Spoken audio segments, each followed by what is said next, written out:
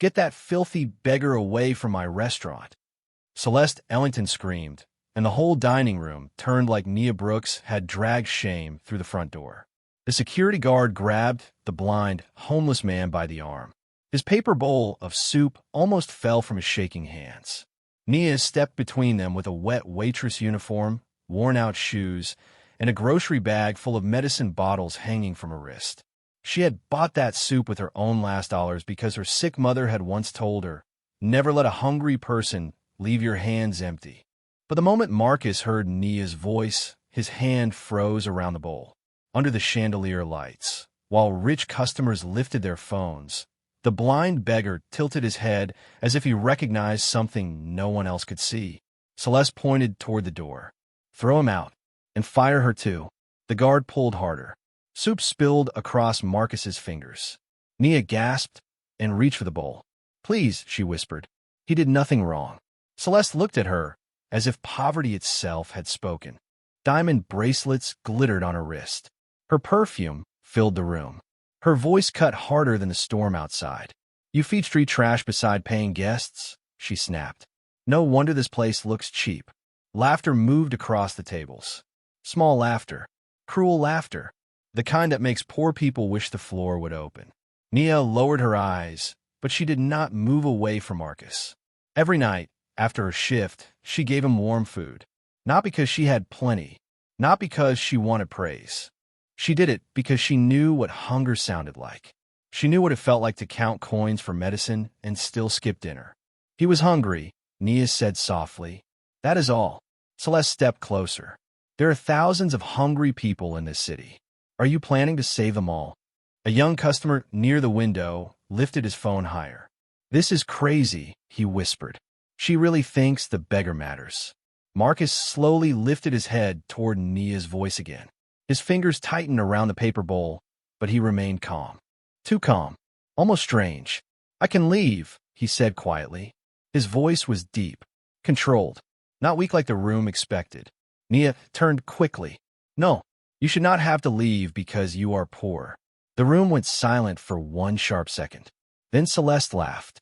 "Listen to this waitress," she said, like she is defending a king. More laughter broke out. Nia's face burned, but she held the medicine bag tighter.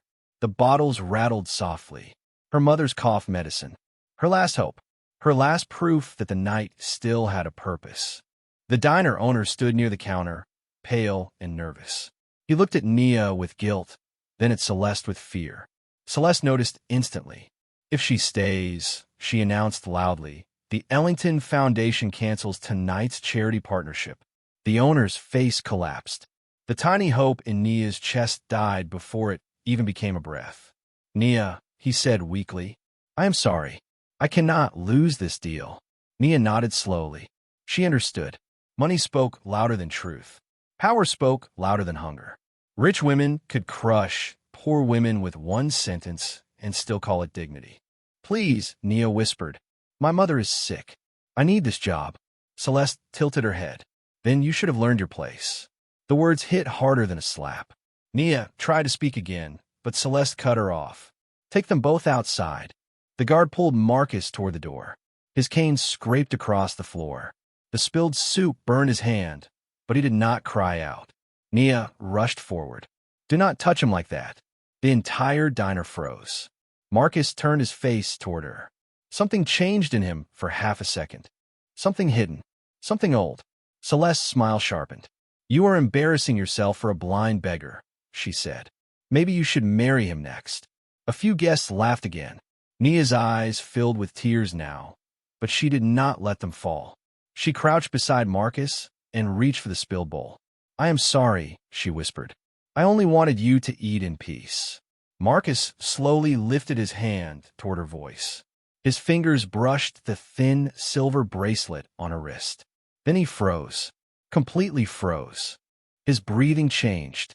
The room did not notice at first. Celeste was still smiling. The customers were still recording.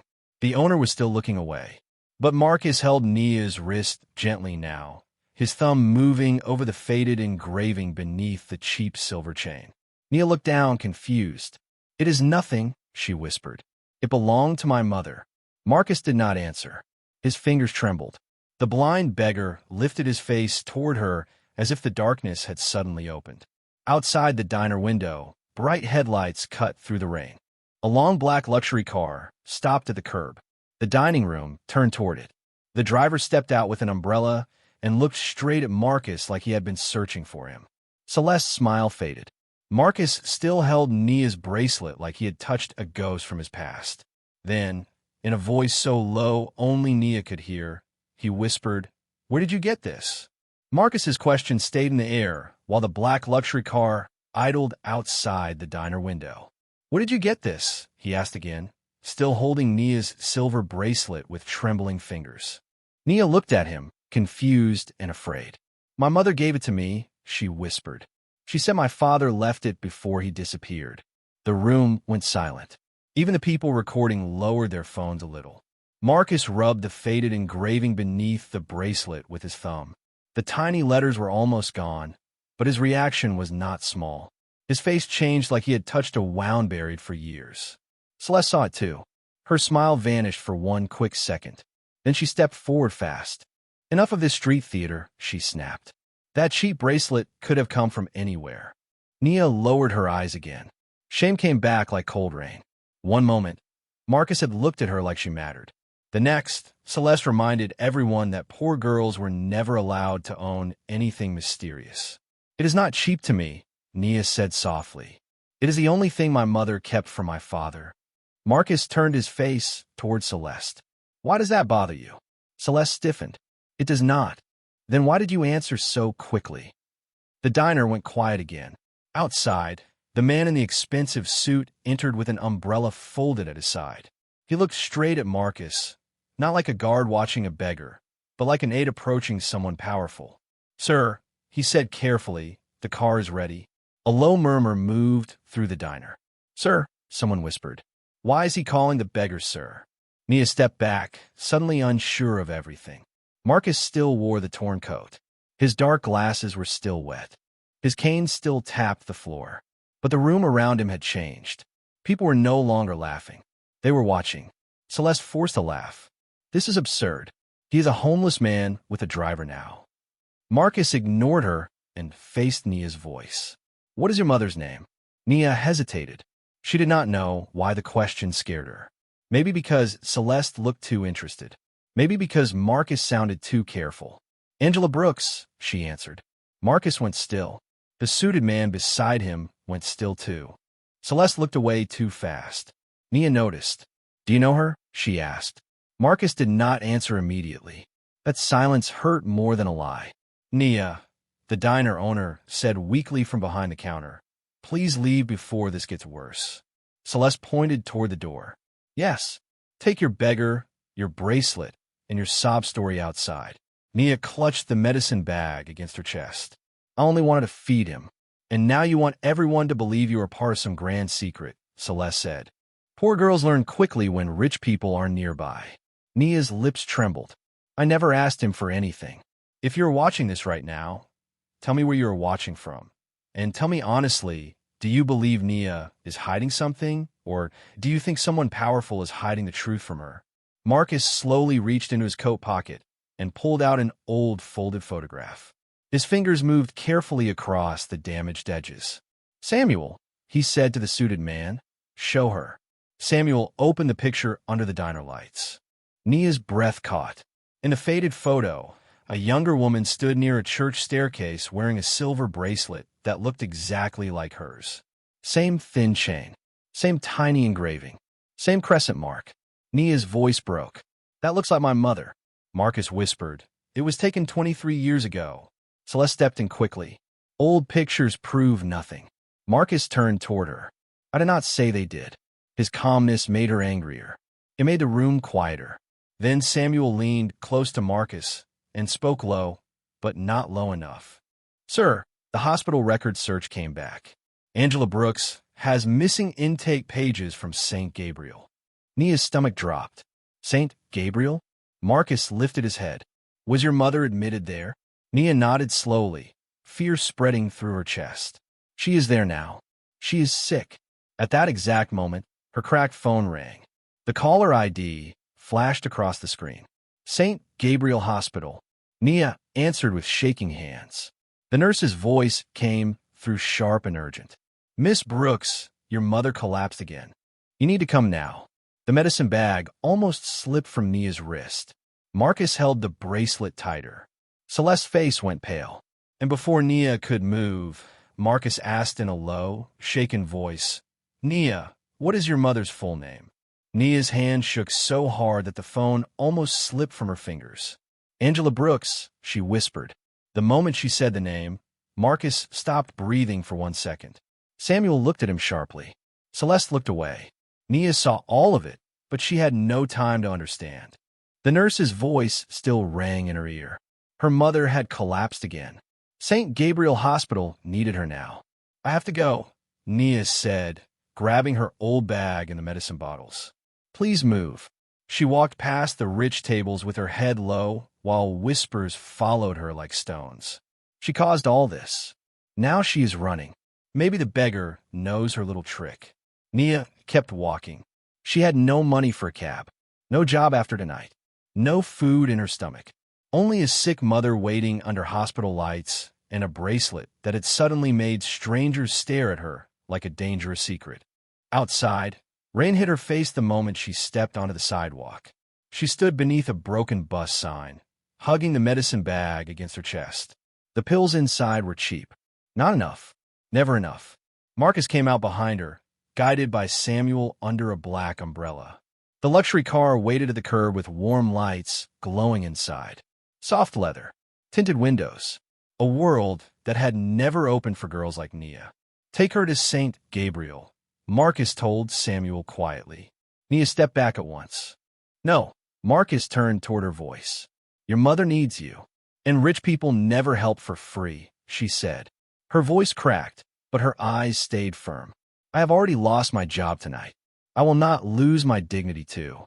Marcus lowered his head slightly. For the first time, he looked less like a mystery and more like a man who understood shame. I'm not buying your dignity, he said softly.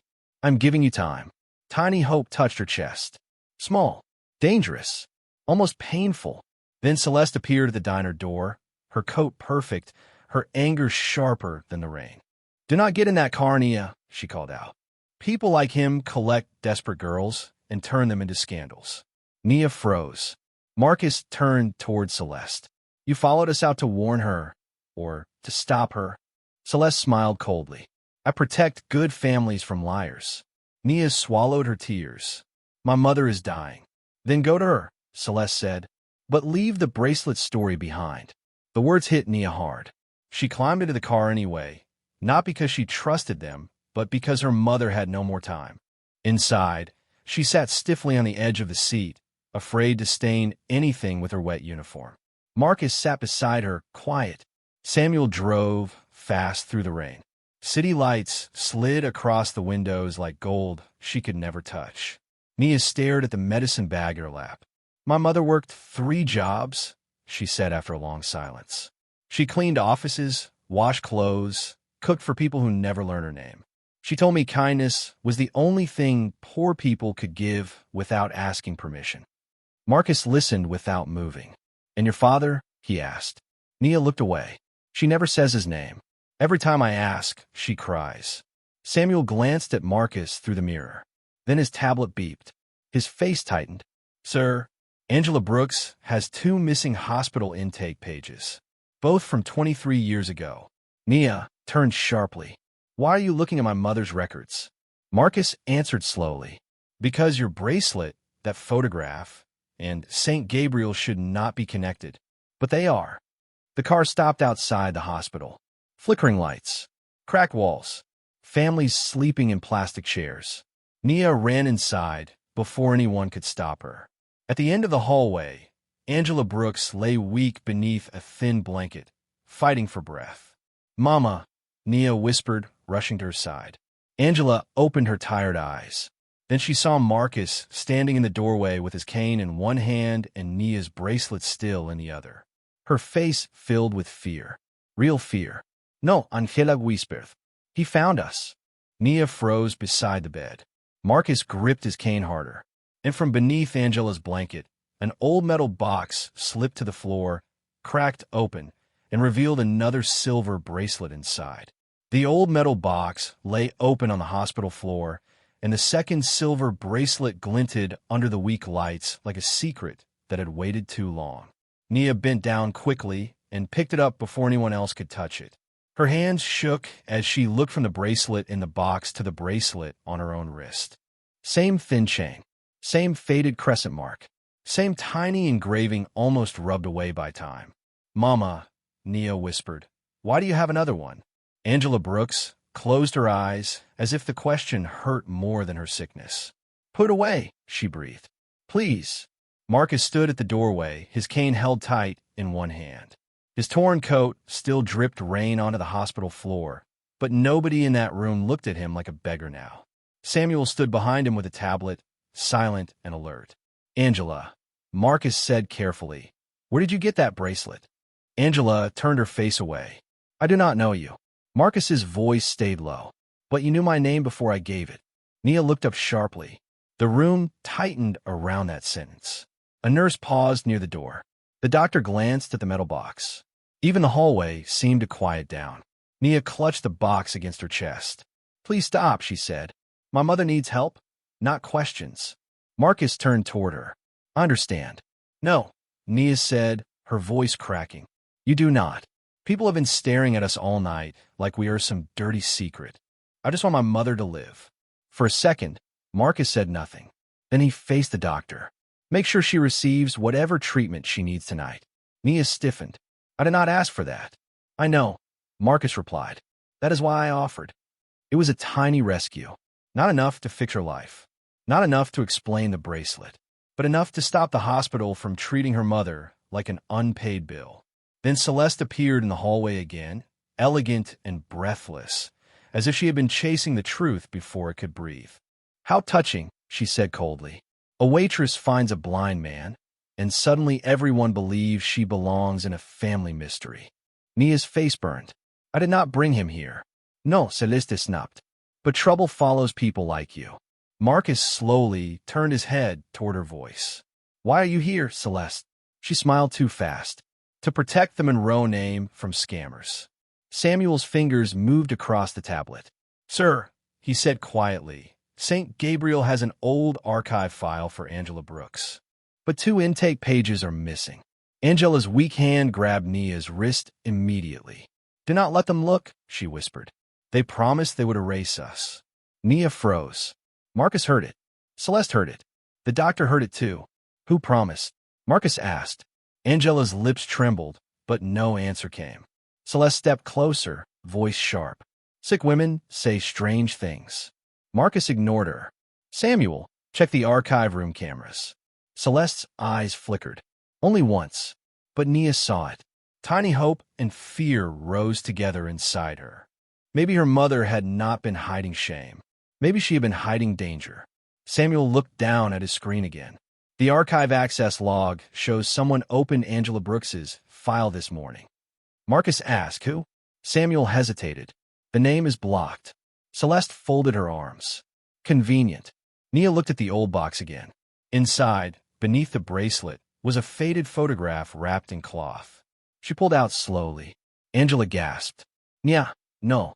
The picture was torn to the corner, but a young Angela stood beside a tall man in an expensive suit near the gates of a mansion. Part of his face was missing. Marcus stepped closer as if he could feel the room changing. "Samuel," he said quietly, described the man's coat. Samuel looked at the photo and went still. "Sir, that coat carries the Monroe estate crest." The hallway fell silent. Celeste's face tightened. "A torn picture proves nothing." Marcus held out his hand, calm but firm. "Then why are you afraid of it?" Before Celeste could answer, a nurse hurried from the archive hallway, holding a brown envelope. "Doctor," she said nervously, "someone left this behind in restricted records." Samuel opened it under the hospital light. One old intake page slid out.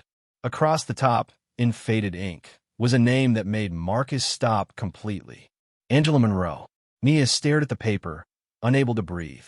Celeste went pale, and Marcus whispered, "Monroe is my family name.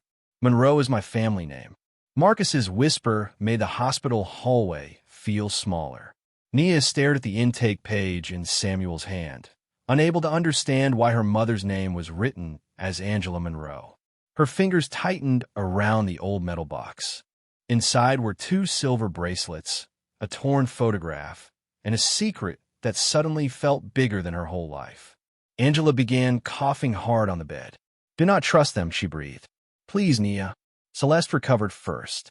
"This is exactly how scammers work," she snapped, loud enough for the nurses and visitors to hear. "One old paper, one sick woman, one poor waitress, and suddenly they want the Monroe name." Nia looked wounded. "I do not want your name." Celeste stepped closer. "Then why are you holding Monroe property?" The words struck the hallway like a slap. Several people turned toward Nia's box. A young nurse lowered her eyes. A visitor lifted his phone again.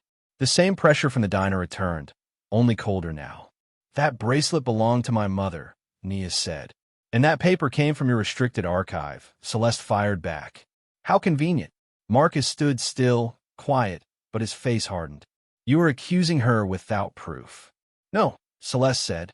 "I'm asking why a waitress who feeds beggars suddenly appears with hidden family records." Nia's cheeks burned. She looked down at her faded uniform, still damp from the rain. Rich people in tailored coats had gathered near the private wing. She could feel their eyes moving over her old shoes, her medicine bag, her trembling hands. Poor, suspicious, out of place. "I came here because my mother collapsed," she whispered. "Not because of your family." Celeste smiled coldly, then opened the box in front of everyone. Angela shook her head weakly. "Nia, no." Marcus turned toward Nia. "You do not have to do that."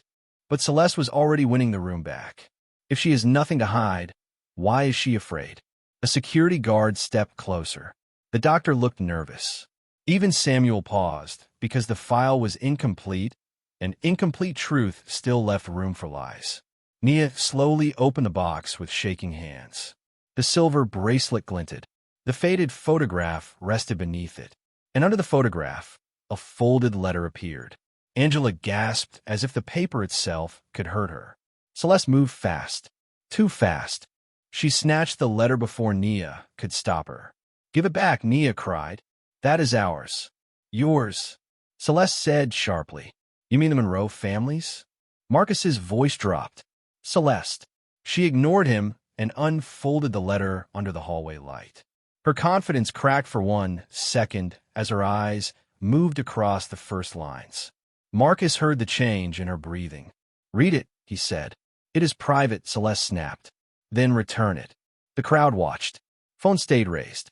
Nia stood frozen with tears in her eyes, humiliated again in front of strangers. Celeste finally read, her voice tight. "If anything happens to me, protect Angela Monroe and the child she carries." A wave of whispers broke through the hallway. Nia's heart stopped. "Child," she whispered. Angela covered her face and cried. Celeste folded the paper quickly. "Old nonsense." Marcus held out his hand. "Continue." "No, continue." His quiet authority silenced the hallway. Celeste's fingers trembled as she read again. "The Monroe family must never know what Victor did." Marcus went still at the name. "Victor Monroe was my father." Nia looked at him in shock, but Celeste instantly crushed the moment. "This proves nothing," she said. "A dying woman can invent history. A desperate girl can carry props." The words broke Nia's tiny hope before it could grow. Then Angela's monitor began beeping faster. Nia rushed to the bed. "Manga, brete. Please." The doctor checked the screen and looked away. Her treatment approval was canceled an hour ago. Marcus turned sharply. "Canceled by who?" Nobody answered. Celeste slowly closed her purse, pretending innocence. "Some people should stop chasing families they do not belong to." Marcus faced her. "That sounded very personal." Celeste smiled, but her eyes were scared now. "You are imagining things." As she turned to leave, she whispered low, thinking only Marcus could hear. Victor should have buried this secret deeper. Marcus's expression changed. Samuel's tablet vibrated at the same moment. He looked down and went pale. "Sir," he said urgently, "we recovered the original hospital archive footage." Someone edited Angela's file before we arrived. We recovered the original hospital archive footage, Samuel said, and every face in the hallway changed. Nia stood beside Angela's bed with the metal box clutched against her chest. Her mother's monitor beeped too fast. Marcus turned toward the tablet in Samuel's hand, calm on the outside, but his grip tightened around the cane. Celeste went still, only for a second. Then she laughed. Recovered footage proves nothing, she said. Hospitals mislabel files all the time. Marcus faced her slowly. Then you should not be nervous. Samuel connected the tablet to a small monitor near the nurse's station. The screen flickered. Grainy footage appeared from the archive hallway earlier that morning. At first, nothing happened. A nurse walked past. A janitor pushed a cart. Then a woman entered the restricted records room wearing dark glasses, a cream coat, and a luxury handbag. Celeste crossed her arms. That could be anyone.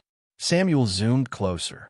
A silver bracelet flashed beneath the woman's sleeve. Same crescent mark. Same thin chain. Same Monroe engraving. Nia looked down at her own wrist and felt her stomach twist. Marcus spoke quietly. Pause there. The image froze. The woman turned slightly toward a glass cabinet. Her reflection appeared for less than a second. Blurry. Faint. But clear enough to make the hallway stop breathing. Celeste Monroe. A gasp moved through the nurses. The doctor stepped back. Angela closed her eyes and began crying softly. They promised they would erase us, she whispered.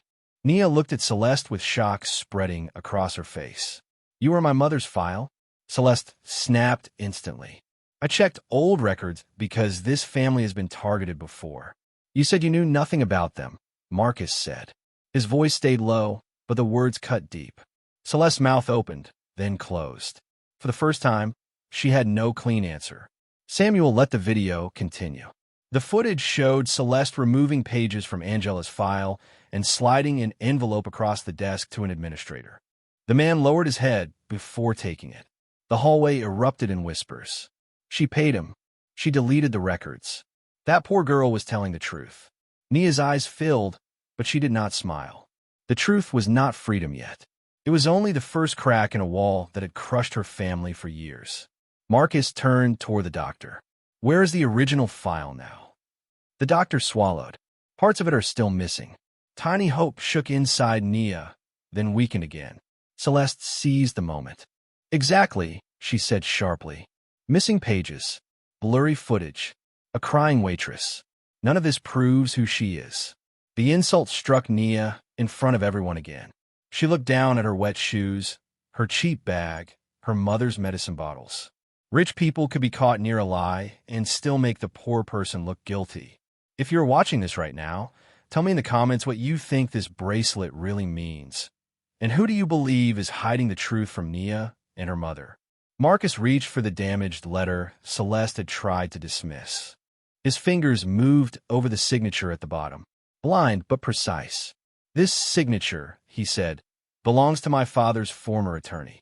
Celeste's face lost color. Impossible. Samuel's phone buzzed before Marcus could answer. He read the message and went pale. Sir, the attorney archive found one surviving document. Marcus turned. What document? Samuel swallowed. A private guardianship agreement. Nia's brow tightened. Guardianship for who? Samuel looked at the screen, then at her. For the protection of Angela Monroe and her unborn child. The hallway exploded again. Angela began sobbing, her weak hand reaching for Nia. Nia stepped closer, terrified. Mama, what child? Angela tried to answer, but her breath broke. The monitor screamed louder. Nurses rushed to the bed. Celeste stepped backward toward the exit, thinking no one saw. Samuel did. She is leaving, he said. Marcus did not move his blind eyes from the screen. Let her try. Then Samuel replayed the footage one more time and froze. Sir, there's another figure outside the archive room. Marcus turned sharply. On the edge of the video, a man with a silver lion head cane appeared for 2 seconds before the footage cut. Marcus's face changed completely. That is impossible, he whispered. Because that cane belonged to my father. That cane belonged to my father. Marcus's voice made the hospital hallway fall into a silence deeper than fear. On the frozen screen, the blurry man with the silver lion head cane stood outside the archive room for only 2 seconds. But those 2 seconds changed everything. Nia held the metal box closer to her chest. Angela cried weakly from the bed. Celeste looked toward the exit like the walls were closing in. "Your father?" Nia whispered. Marcus did not answer right away. His fingers tightened around his own cane. "Victor Monroe disappeared years ago," he said slowly. Everyone believed he was gone. Samuel looked from the screen to Marcus. "Sir, if that footage is real, someone used his cane this morning." Celeste jumped in fast. "Or someone planted an old image to fool you." Marcus turned toward her voice. "You seem very ready with explanations." Celeste's face hardened. "Because I'm the only one thinking clearly." Nia looked down at Angela, whose breathing had become thin and uneven. The monitors kept beeping. The bracelet, the photograph, the letter, the cane. All of it felt too large, too rich, too dangerous for a waitress who had only tried to feed a hungry man. "I do not want any of this," Nia whispered. "I just want my mother safe." Marcus turned toward the nurses. "Move her to a private room. Bring the specialist now. Her treatment is covered." Nia's head snapped up. "No, I cannot pay you back." Marcus answered softly. "I did not ask you to."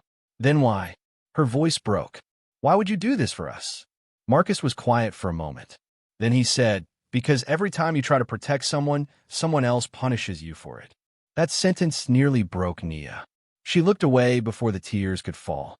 Nobody had ever described her life so simply. Not with pity, not with judgment, just truth. Samuel signaled the nurses, and they began preparing Angela's bed. For the first time that night, the hospital moved quickly for her mother. Not because Nia begged, not because she cried, because Marcus had spoken. Celeste saw the change and hated it. "This is how it starts," she said coldly. "One sad story, one poor girl, one sick mother. Then the Monroe family becomes responsible for everyone's misery." Nia flinched. Marcus lifted one hand. "Enough." The word was calm, but the hallway obeyed. Celeste's mouth closed. The guard stepped back. Even the whispers died. Nia stared at him, stunned by the quiet power in his voice. He had not shouted. He had not threatened. But people listened. Angela reached weakly toward Nia. "Baby," she whispered, "the necklace." Nia froze. "Mama, please." With trembling fingers, Nia pulled a small silver necklace from beneath her faded sweater. She had worn it for years without knowing why her mother begged her never to sell it. Marcus turned instantly toward the faint sound of the chain. "What is that?" Nia hesitated. "My mother said it belonged to someone who loved us once." Samuel stepped closer and looked at the pendant. His face changed. "Sir, it has the same lion mark as the cane." Marcus held out his hand, but stopped before touching it. "May I?" Nia looked at him carefully. Every rich person tonight had taken something from her. Her job, her peace, her dignity. But Marcus waited. He did not grab. He did not command. Slowly, she placed the necklace in his palm. His fingers moved over the lion symbol. Then his breath caught. "My father wore this crest only on personal family pieces." Celeste's voice cracked before she could hide it. That necklace should not exist. Everyone turned toward her. Samuel's eyes sharpened. "Should not exist?" Celeste stepped back. "I meant it looks fake." But the damage was done. Nia looked at the necklace like it had become a living thing. "What does it mean?" Marcus did not answer. The pendant shifted in his hand, and a tiny hidden latch clicked open. Inside was a torn piece of an old photograph. A younger Victor Monroe stood beside a woman holding a baby wrapped in yellow cloth. Angela began sobbing. "That was the night they took her from us." Nia's whole body went cold. "Who is the baby?" Before anyone could answer, a trembling voice came from the hospital entrance. "I know what happened that night." Everyone turned. An elderly hospital administrator stood there, pale and shaking, staring at Celeste like he had finally run out of fear. The elderly hospital administrator stood at the entrance with both hands shaking. His eyes stayed on the silver lion necklace in Marcus's palm, then moved to Celeste. "I know what happened that night," he said again, weaker this time. The hallway became so quiet that Nia could hear her mother's breathing machine. Celeste stepped forward first. "This man is confused," she said quickly. "He should not be speaking." The old man looked at her and swallowed hard. "That is what you told me to say for 23 years. A low shock moved through the hallway. Nia's fingers tightened around the metal box. Marcus turned toward the administrator with calm authority. "Tell the truth." The old man lowered his eyes. "Your mother came to St. Gabriel that night," he told Nia. "Not Angela. Your real mother. Alana Brooks." Nia stopped breathing. "My real mother?" Angela began, sobbing from the bed. "I tried to protect you," she whispered. "I promised her I would." Nia looked at Angela like the floor had opened beneath her. "Mama, what are you saying?" Angela reached for her hand with weak fingers. "I raised you because your mother could not. But I loved you like my own blood." The words cut through Nia slowly. Pain first, then confusion, then a tiny grief for a woman she did not even know she had lost. Celeste snapped, "Enough. You are destroying a sick woman with old lies." Marcus did not raise his voice. "Let him finish." The administrator nodded, tears filling his eyes. Alana Brooks was poor. She worked near the Monroe estate. Victor Monroe loved her. The family hated it. Marcus's jaw tightened at his father's name. Samuel wrote everything down, his face hard. "And the baby?" Marcus asked. The old man looked at Nia. "The baby was born alive." The hallway froze. Nia's lips parted, but no sound came out. Angela cried harder. "They told everyone she died," the administrator whispered. "They changed the hospital record. They gave the child another name. They made Angela carry her out before morning." Nia looked down at her own hands, at the bracelet, at the necklace, at the torn photograph. Her whole life suddenly felt like a room full of locked doors. "Why would anyone do that?" she asked. Celeste answered before anyone else could. "Because poor women use babies to climb into rich families." Marcus turned toward her. "That is not an answer. That is an excuse." A few nurses exchanged uncomfortable looks. The social pressure shifted again. Not fully toward Nia. Not yet, but away from Celeste. Tiny hope moved through the hallway like a fragile flame. The administrator pulled a folded paper from inside his coat. "I kept one copy," he said. "I was afraid, but I kept it." Celeste's face changed instantly. "Give that to me." "No," Marcus said. One word. The old man handed the paper to Samuel. Samuel opened it carefully under the hospital light. It was an old release form, torn at the side. The mother's name read Alana Brooks. The child's status had been marked deceased, then crossed out by hand. Underneath, someone had written temporary protection transfer. Nia covered her mouth. "So, I was not abandoned?" Marcus's voice softened. "No, it does not look like you were." That tiny mercy almost broke her. She had carried a nameless emptiness all her life. Now it had shape. It had a mother. It had a lie. But before comfort could settle, Celeste stepped closer with cold control. A damaged paper proves nothing. A frightened old man proves nothing. A waitress with a necklace proves nothing. Angela lifted her head weakly. "Then why are you scared?" Celeste went silent. That silence said too much. Samuel looked again at the torn photograph from the necklace. He placed it beside the old release form and stared closely. "Sir," he said, "there is another face in this photo. Someone cut it away, but the eyes are still visible." Marcus held out his hand. Samuel guided his fingers over the damaged edge, then described the hidden face. A young woman stood behind Victor and Alana near the hospital entrance. Elegant coat, Monroe bracelet, cold smile. The administrator started shaking harder. "She was there," he whispered. "She told us the child had to disappear." Nia turned slowly toward Celeste. Celeste stepped backward, her perfect mask breaking for one dangerous second. Then Angela gripped Nia's wrist and whispered, "Baby, do not trust her."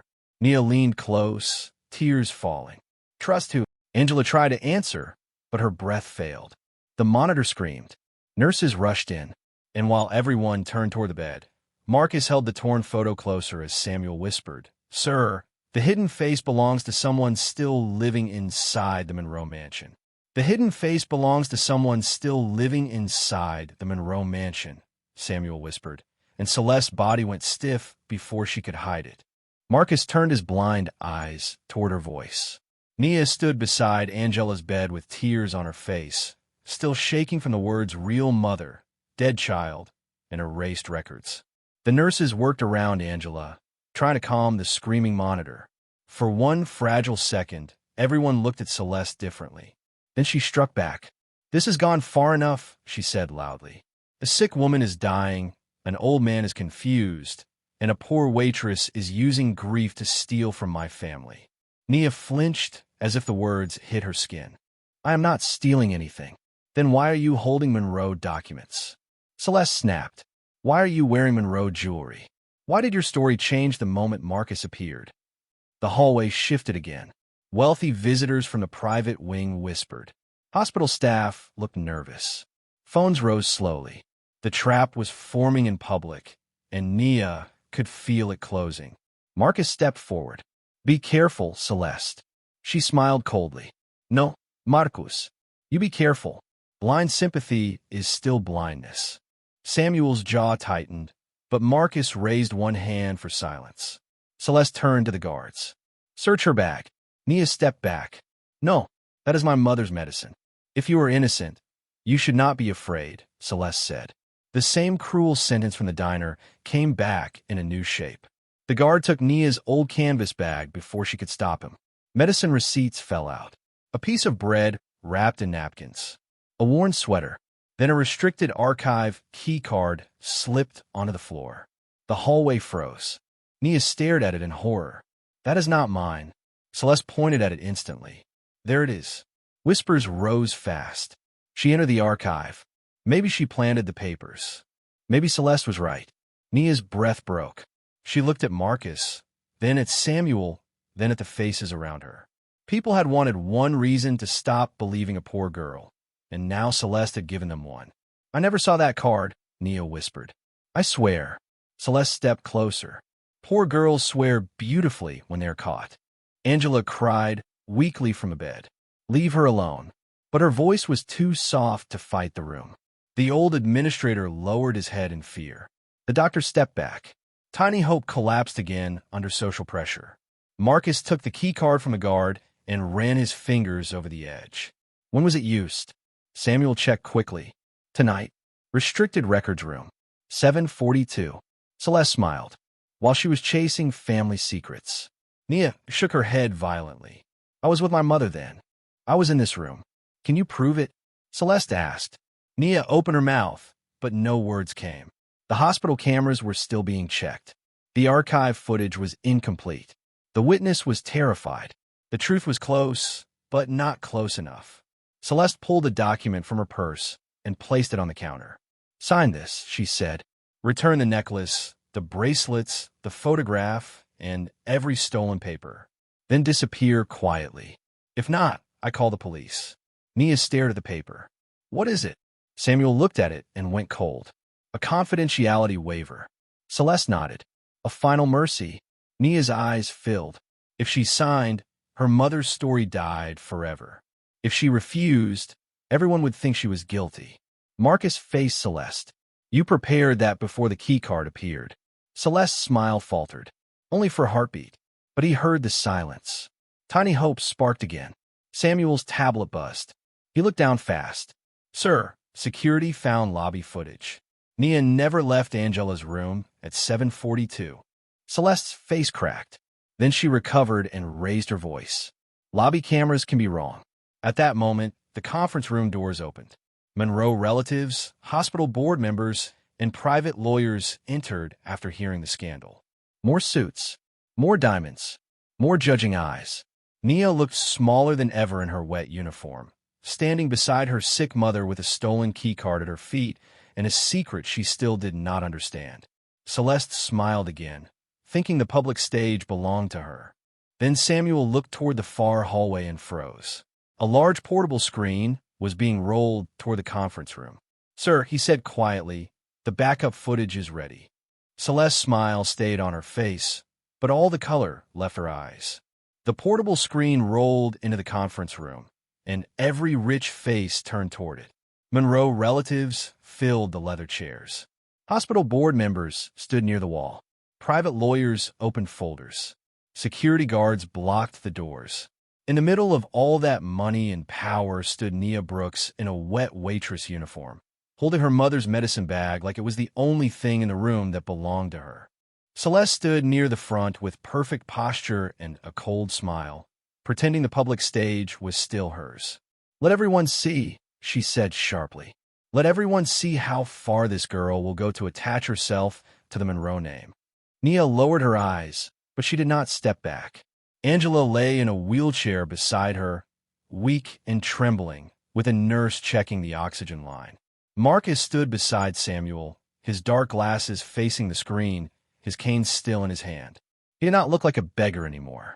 He looked like a man who had stopped asking permission. "Play the footage," Marcus said. Samuel connected the device. The screen flickered blue, then black.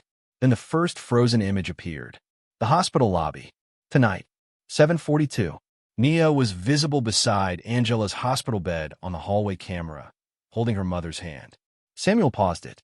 At the exact time the key card was used, he said quietly, "Nia Brooks never left this room." Whispers moved through the conference room. Celeste's smile tightened. "One camera angle means nothing." Marcus turned toward her. "Then you will not mind the next one." Samuel clicked again. The archive hallway appeared. Same time, 7:42. A cream coat moved into frame. A gloved hand used the restricted key card. The person kept her face away from the camera, but the bracelet on her wrist flashed clearly. Crescent mark. Monroe engraving. The room went silent. Nia's breath caught. The key card planted in her bag had belonged to someone else. Tiny hope touched her chest, but she was too afraid to trust it. Celeste lifted her chin. That could be any staff member. Samuel placed the keycard scan log on the table. The access code was linked to your foundation office. A wave of shock ran across the board members. Celeste snapped. "My office has many employees." Marcus raised one hand, and the room quieted again. Quiet authority. No shouting. No panique. Just control. Let the full record play. The screen shifted. A second angle appeared from the archive door. The woman in the cream coat turned slightly. Not enough for comfort. Enough for fear. Celeste's profile flashed in the glass reflection. Several people gasped. Nia looked at her with tears burning in her eyes. "You put that key card in my bag," she whispered. Celeste struck back immediately. "Do not perform innocence for them. You fed a blind beggar every day because you wanted sympathy. Then you saw a rich family and reached higher." The insult hit Nia in front of everyone again. She gripped the medicine bag harder. "I fed him because he was hungry." Marcus turned his face toward the room. "And that is the part all of you mocked." Silence. Heavy silence. Phones lowered. Eyes shifted away in shame. If you are watching this moment, tell me in the comments who deserves justice here. The poor woman who fed a hungry stranger, or the rich woman who tried to bury the truth before it could speak.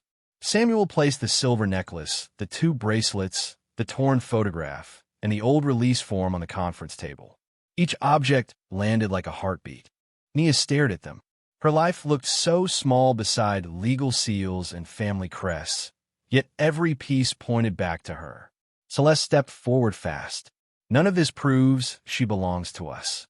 Marcus asked softly, "Then why did you try to make her disappear?" The room froze.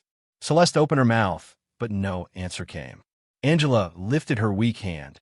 "Because she knew," she whispered. "She knew the baby lived." Celeste's face went pale. A lawyer near the back whispered to another. A Monroe aunt covered her mouth. The public stage had turned against Celeste, but the truth was still 1 inch away. Samuel opened one final recovered folder. His voice lowered. "Sir, this contains the original hospital transfer form and the missing protection agreement." Nia could barely breathe. Celeste took 1 step backward. Marcus held the silver necklace in his palm and faced the room. "Before anyone judges her again," he said, "watch this last file." The screen brightened. The old footage began to play, and in the first clear frame, a younger Celeste stood beside Victor Monroe, holding Alana Brooks's hospital records in her own hands. The old footage filled the portable screen, and the conference room stopped breathing. A younger Celeste stood beside Victor Monroe in the hospital archive hallway, holding Alana Brooks's records in her own hands. Nia stared at the screen, with tears frozen on her face. Angela covered her mouth from the wheelchair. Marcus stood still beside the table, the silver necklace resting in his palm. "Pause it," Marcus said softly. Samuel froze the frame. The image was grainy, but Celeste's face was clear enough. Younger, colder, watching the file like it was a threat. Celeste stepped forward. "That proves I handle documents. Nothing more." Samuel clicked to the next file. The screen changed to a restored transfer form. Alana Brooks, female child, born alive, temporary protection requested. Nia's knees almost gave out. "Born alive," she whispered. Angela began crying harder. "They told your mother they would protect you." Celeste snapped. "That paper could be forged." Marcus did not raise his voice. Then explained the second document. Samuel placed the old protection agreement on the table and enlarged it on the screen. The Monroe family seal appeared at the top. Victor Monroe's signature appeared at the bottom. The document named Alana Brooks and her infant daughter as protected beneficiaries under a private family trust. The room erupted in gasps. A Monroe aunt whispered. Victor signed it himself. Nia looked at Marcus, confused and broken. "Why would your father do that for me?" Marcus's jaw tightened with grief. "Because he knew you belonged to this family's truth." Celeste's voice rose quickly. "No, she belongs to nothing here. She is a waitress who fed a blind man and saw an opportunity." Marcus turned toward the room. "She fed a hungry man when all of you looked away." Silence hit hard. Phones lowered. People who had laughed at Nia in the diner now stared at the floor. Samuel played the final section of footage. Celeste was seen handing an envelope to the hospital administrator. Then she pointed to the child's file. The administrator, younger and terrified, stamped the record as deceased. Angela cried out softly. That was the lie. Nia pressed one hand against her mouth. Years of poverty, years of shame, years of not knowing why her mother cried at every question. All of it sat inside that one stamp. Celeste stepped backward. "You cannot prove I ordered that." The elderly administrator raised his trembling hand. "Yes, you can." Every head turned. He stood near the wall, shaking but no longer silent. "She told us the child had to disappear before morning. She said the Monroe name would never be polluted by a poor woman's baby." The conference room exploded into shocked whispers. Celeste spun toward him. "You old coward." Marcus's voice cut through the room. "Let him finish." The administrator looked at Nia. "Angela Brooks took you out under another name. She raised you because Alana was forced into hiding. Your birth name was Naomi Brooks Monroe." Nia froze completely. The name struck her like thunder. Naomi Brooks Monroe. The room became painfully silent. Marcus slowly placed the necklace, the bracelets, the torn photograph, the release form, and the protection agreement in front of her. "These are not props," he said. "They are pieces of a life stolen from you." Nia's tears fell silently now. Not loud, not weak, just the kind of tears that come when a person finally hears the truth after being called a liar for too long. Celeste tried one last time. She still has no right to stand here. Samuel opened another recovered page. The final trust instruction names Naomi Brooks Monroe as the protected child and legal beneficiary if Alana Brooks could not return. A heavy silence swallowed the room. Celeste's face emptied of color. Marcus turned toward her. "If you were innocent," he asked quietly, "why did you spend 23 years hiding her real name?" Celeste opened her mouth. No answer came. Every board member, every relative, every lawyer, every nurse looked at her now. Nia looked down at the name on the document, and for the first time in her life, she understood that poverty had never been her shame. It had been someone else's crime. Then Samuel lifted one sealed envelope from the restored file. "Sir," he said carefully, "there is one more document. It contains the inheritance instructions and the reason Alana disappeared." Samuel held the sealed envelope in both hands, and the whole conference room seemed afraid to breathe. Marcus nodded once. "Open it." Celeste stepped forward fast. "No, that document is private Monroe property."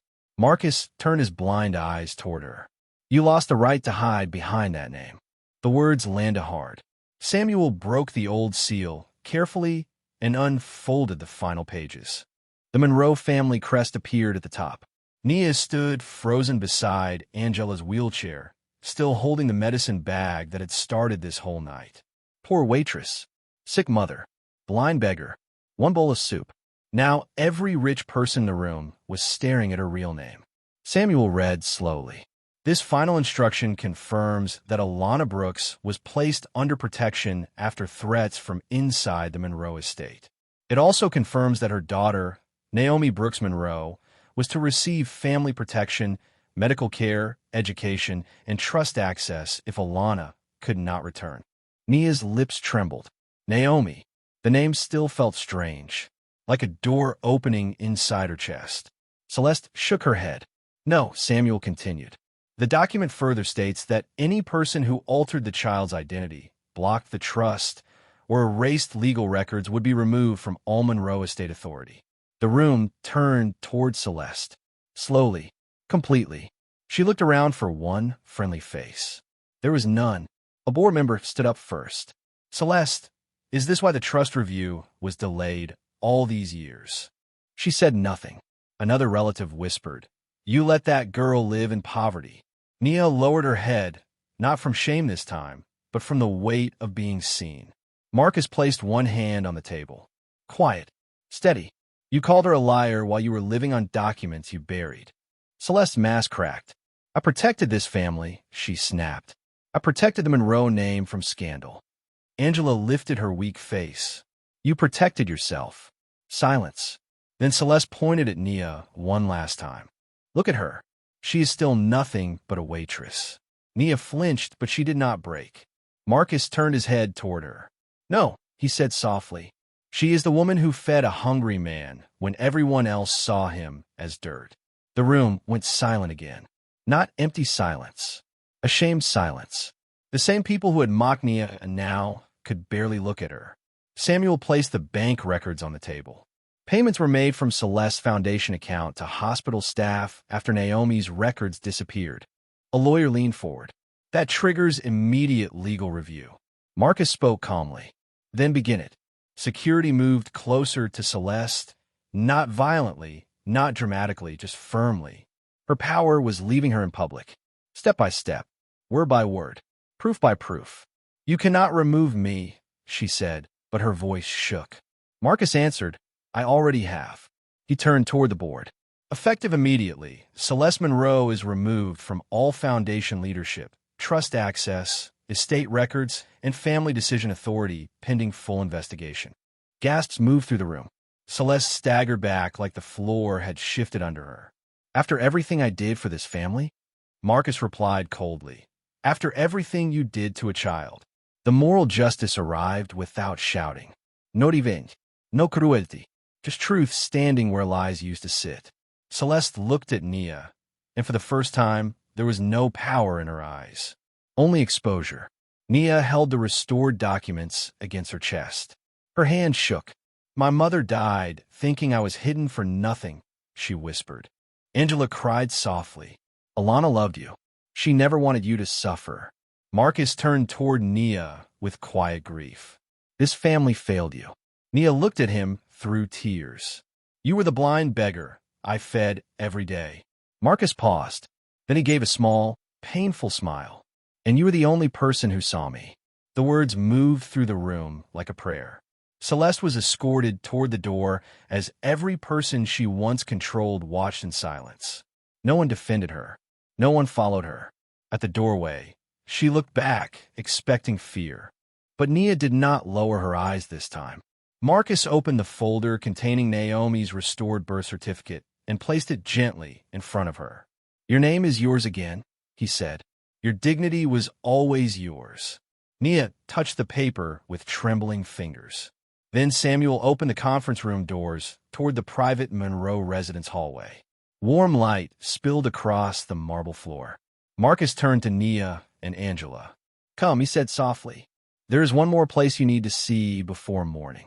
Naomi followed Marcus through the private Monroe residence hallway, with Angela beside her in a wheelchair and every step felt like walking into a life she had only seen from outside locked gates. Warm lights touched the marble floor. Family portraits lined the walls. Gold frames, polished wood, quiet luxury. But Naomi still held her old medicine bag against her chest, as if poverty could be carried even after the truth was spoken. Marcus walked slowly beside her, his cane tapping softly. Samuel opened a set of double doors at the end of the hall.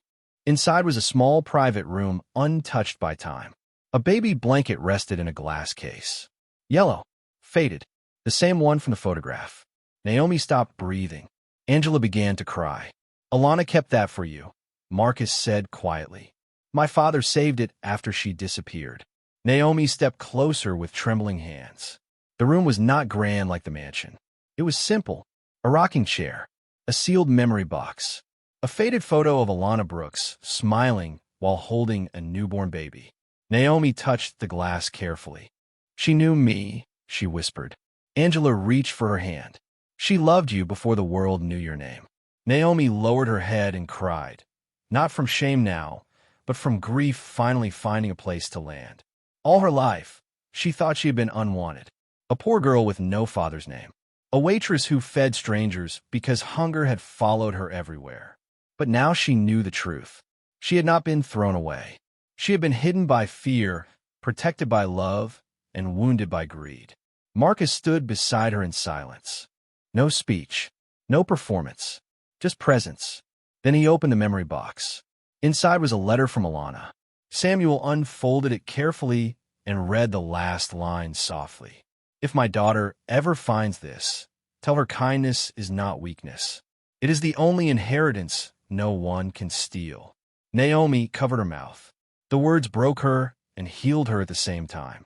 Angela squeezed her hand. "That is why I taught you to feed the hungry." Marcus turned toward Naomi. "And that is why you found me." She looked at him through tears. The blind beggar she had fed every day was no beggar.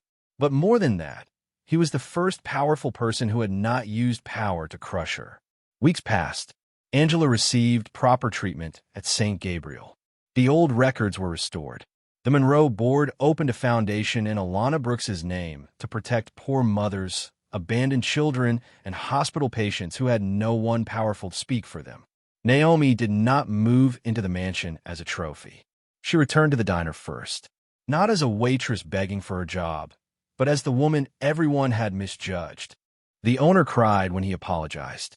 Some customers lowered their eyes. One woman said, "We should have defended you."